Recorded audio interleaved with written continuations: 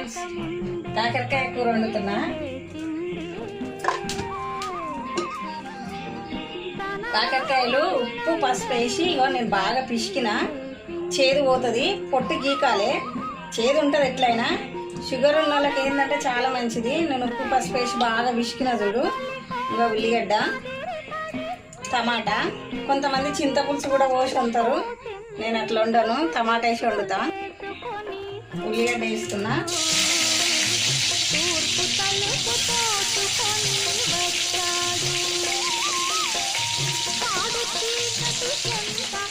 అల్లం ఎల్లిగడ్డ వేస్తున్నా.